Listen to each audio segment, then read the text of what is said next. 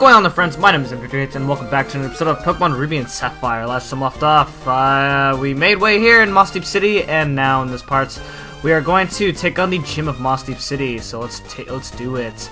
We also stopped Team Magma in their Magma hideouts, so that's a good thing. And now we're going into this gym. Now this is one of the most interesting gyms in the game. Now the way this gym works is, well, first let's hit the switch. Boom! Look at that. That red arrow changes. So so the basic of this gym is you're going around these speed panels, and you're going to go all around these speed panels until you make it to the gym leader, and it's pretty tough if you don't know what you're doing. But for myself, I'm gonna try to see if I can do it.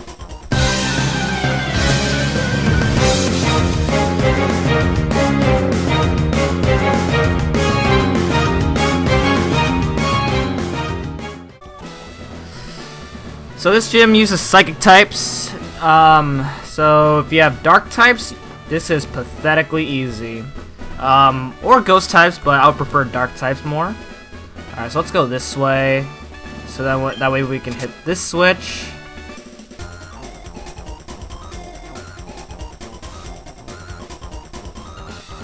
Watch me levitate a Pokeball telekinetically. Nice. Oh, you were out of sync, huh?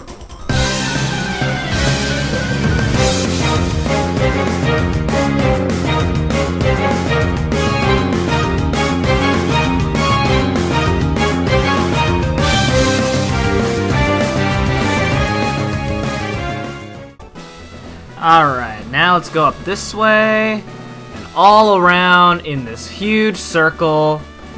And I believe there is a switch right up here, but we gotta fight a trainer for it.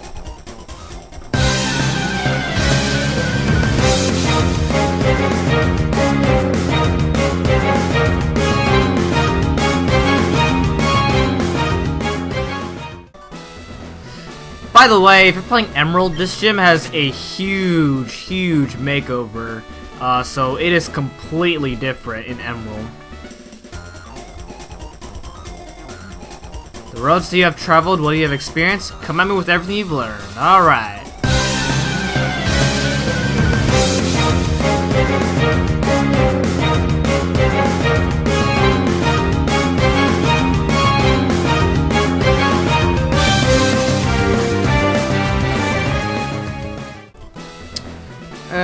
Okay, let's see. What to do next? Up here? Okay. This sounds about right. Okay, and actually, I want to get that wrong. Actually, I want to turn that back for real quick, because I want to be able to fight that trainer. If you actually hit that switch, you actually not be able to fight that trainer, and I want to be able to fight all the trainers here.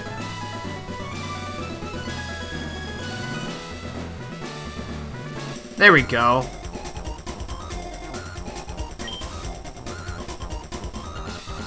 It's not that you're weak, I'm just too strong.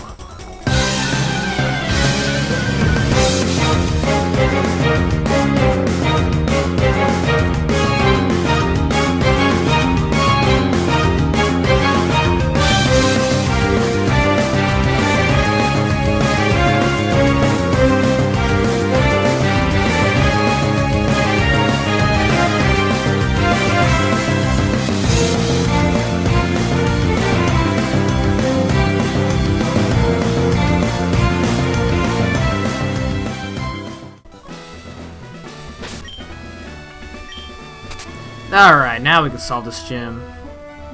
Okay. So getting to this gym, I believe you don't have to fight one trainer. I believe you have to fight all except for one trainer. I think that's how it works. So once you hit all the switches, all it is now is the gym leader. And that's pretty much it. Alright, so as you can see, there are 2 gym leaders. So does that mean there are technically 9 gym leaders in Hoenn? Alright, anyway, let's see. I think we're good. So let's do it. So this is Tate. Race a prize, and this is Lisa. Tate and Lisa, the two twin gym leaders.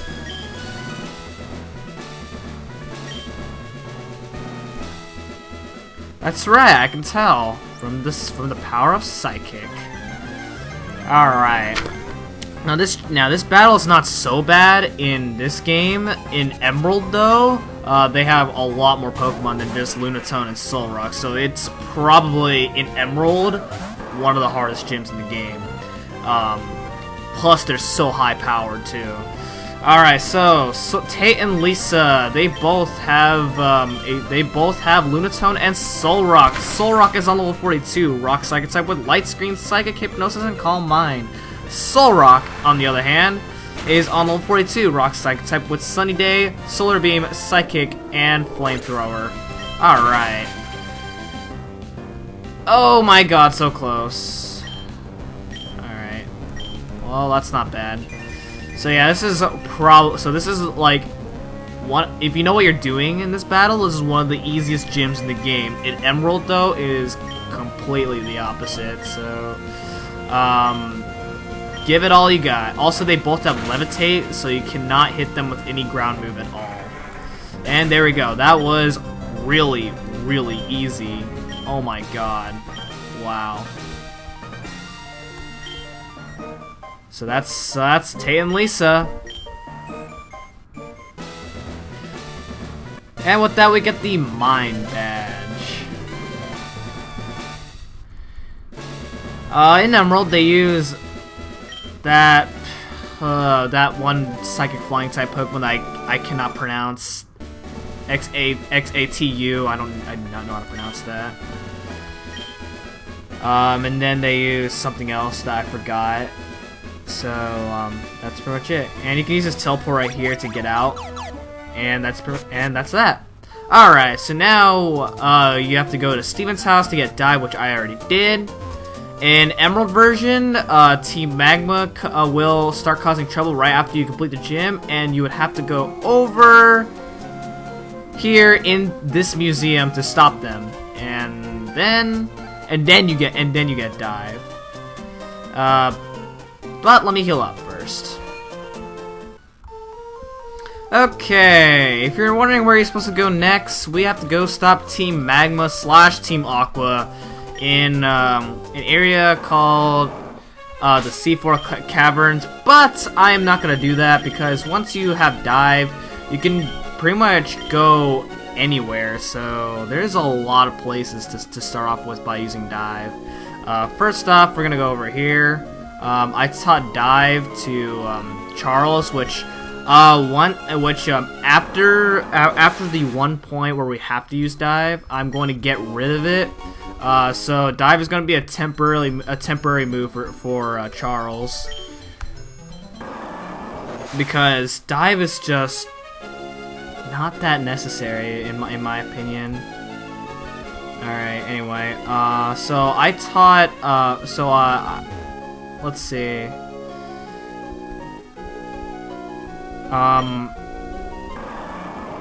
So you can dive in any area that's blue, and of course there's nothing here, so, but there's something over there in the other area.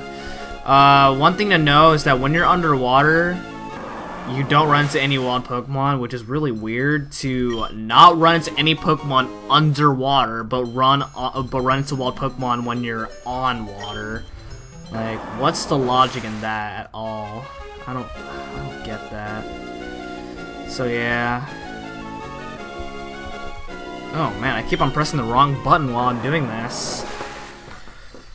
Alright, and when you're through the seaweed is when you'll start running into wild Pokemon.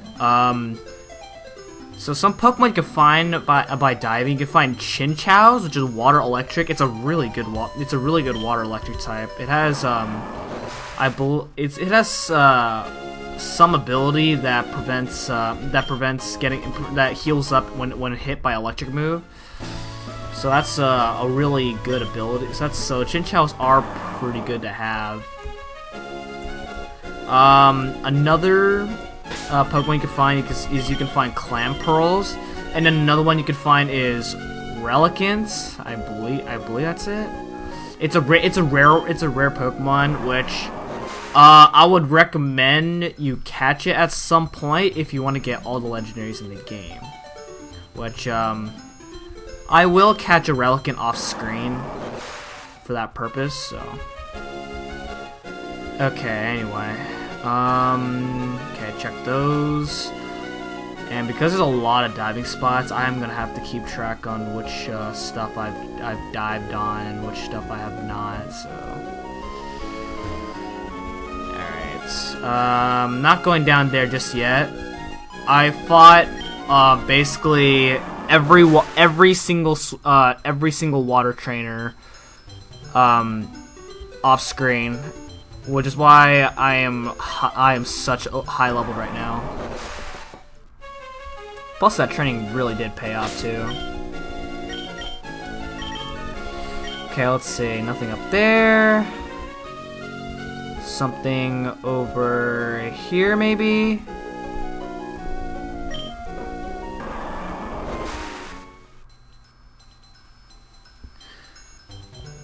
As cool as diving is in this game, I mean, it's really disappointing how you only have one use for it, and it's disappointing how they don't bring it back up until Black and White. But even then, it's just, I don't know. I like it and like it at the same time. It's cool as a concept, but like, if you're only gonna have it for one use, then just why put it there? That's just my question. Alright, it's back to where we were now. Heading over here. Also, now that we have dive, we can... Oh, there is nothing here. Oops, so I wasted my time.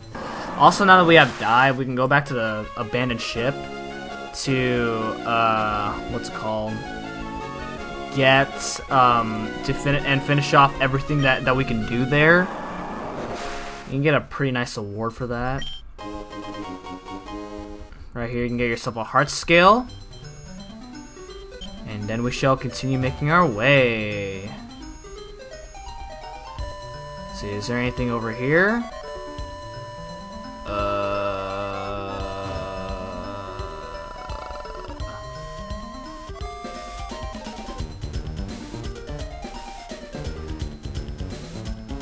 I'll check that later. Let's see. I think there's two ways to go about. You can get some calcium right there. Also, I stored a lot of my items on the PC, so that way I can save some time. Okay.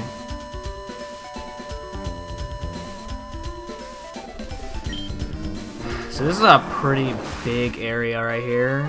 And if you come over here, there is nothing! Wow! Amazing. What a good use of my time.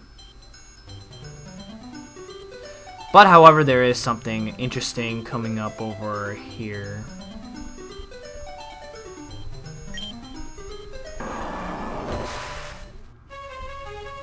Let's see what we got. We have a red shard. You can trade shards in for evolutionary stones.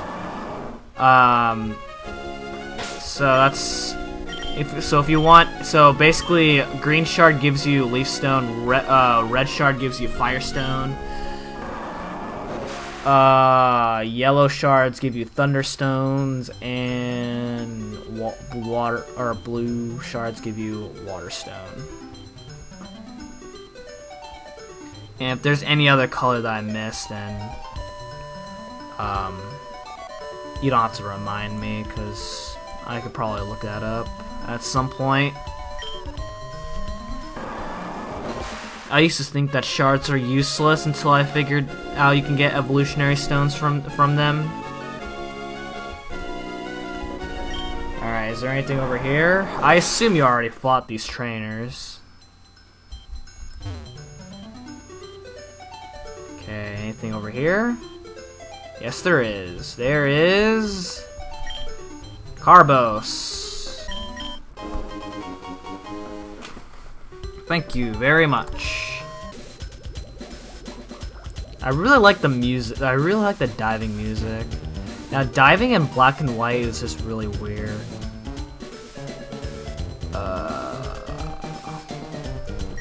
Anything over here? Let's see what we got. There's probably something right there, but I can't be too bothered to check. So I'm just gonna just dive back down. So there's nothing right there. Nothing of interest. I'm starting to run out of super repels here. Might have to go get some more when I'm not recording. Okay, let's see what we got.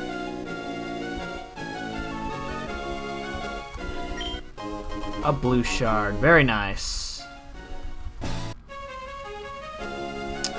Alright, let's see what else we got here. There's a double barrel right there. And one more spot to check is over here. Surprisingly, it's a pretty big one. But all you really get here is just one item, and that is down here. That is a green shard.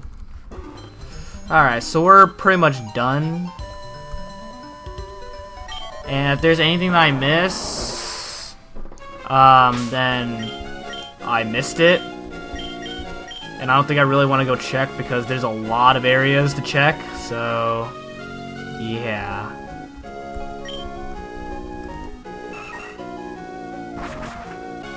Okay, making way onwards to the sunken ship, or the abandoned ship, or if you're playing the remake, the Sea of Mauville, which I still don't get why it's called Sea of Mauville. This does not make any sense to me. Alright, well then, oh wait, hold on. So, what you can do is go over here. I went too fast on myself. So what we want to do is we want to go over here, dive over here, and now we can finish this side quest.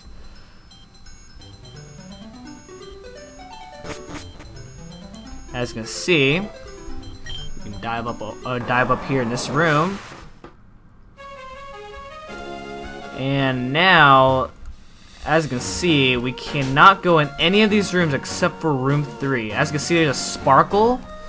So what we want to do is you want to track down the sparkle, because that's how you're going to get all the room keys. Now your main objective is trying to make way into room number 5, because that's where you want to go. Now since we have the room key for door number 1, we're going to go over here to room 1. As you see, now 2 sparkles have showed up.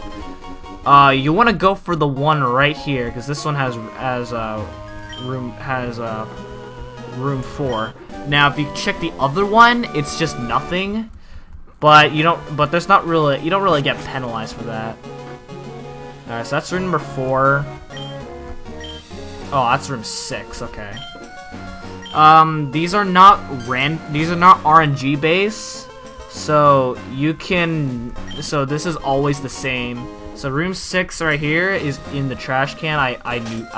That one I knew from the back of my head right there. Okay. And then coming over here, you want to get the luxury ball. And then in here, oh god. Oh, okay. Alright, so you have to go to room 5, which is up here, to see that. But that one right there, I just tried to guess, so I didn't have to go right there, so that's good. Okay, my mistake. I was wrong. I thought I got the scanner, but it was actually the room 2 key. Okay, here we go. This is the scanner right here. Alright, my mistake. Alright, so now that we have the scanner, we're gonna go back to that scientist guy to deliver the scanner to him, because if you remember, the last time when we explored this place, he said he was looking for a scanner, and now that we have it, we're gonna go to him right now. And so it's not gonna really take long to actually get there. So it's not gonna be too bad. Alright, so make way up here, up the stairs, and in here. Okay, here we go. Oh, that's a scanner. Listen, can I get you to deliver that to Captain Stern? I want to investigate the ship a little more. Okay. Well, where could Captain Stern be? I can't fly out here? What? How in the world does that make any sense? Okay, now, alright, well, it's pretty obvious on where Captain Stern went. Here we go. That item you have, that's a scanner. That would sure help us on our explorations. Would you trade your scanner for something? Like, say, a deep-sea tooth or a deep-sea scale die? Okay, so, now there are two ways. Now these two items only apply to a Pokemon to the Pokemon Clamperl. Clamperl evolves into two different forms depending on which one of these items you choose. I'm going to choose the deep sea scale. I've never used a Clamperl, and Clamperls aren't really that good based on my own knowledge. So I'm not going to really take advantage of that also. Alright. Well, that's going to be it for this episode of Pokemon Ruby and Sapphire. Next time we're going to continue diving. So, well, actually, alright, well, we're going to continue diving, and while we're doing that, what I'm going to do is I'm going to cover basically this whole entire ocean region right here, and then make way over here to this city, as well as over here to this city, and then back all the way here to Slateport City. So basically what I'm doing is I'm going to be going through the rest of Hoenn before I make way to where we need to go, before we stop Team Magma. So thank you guys so much for watching this episode, and I'll see you guys next time. Goodbye.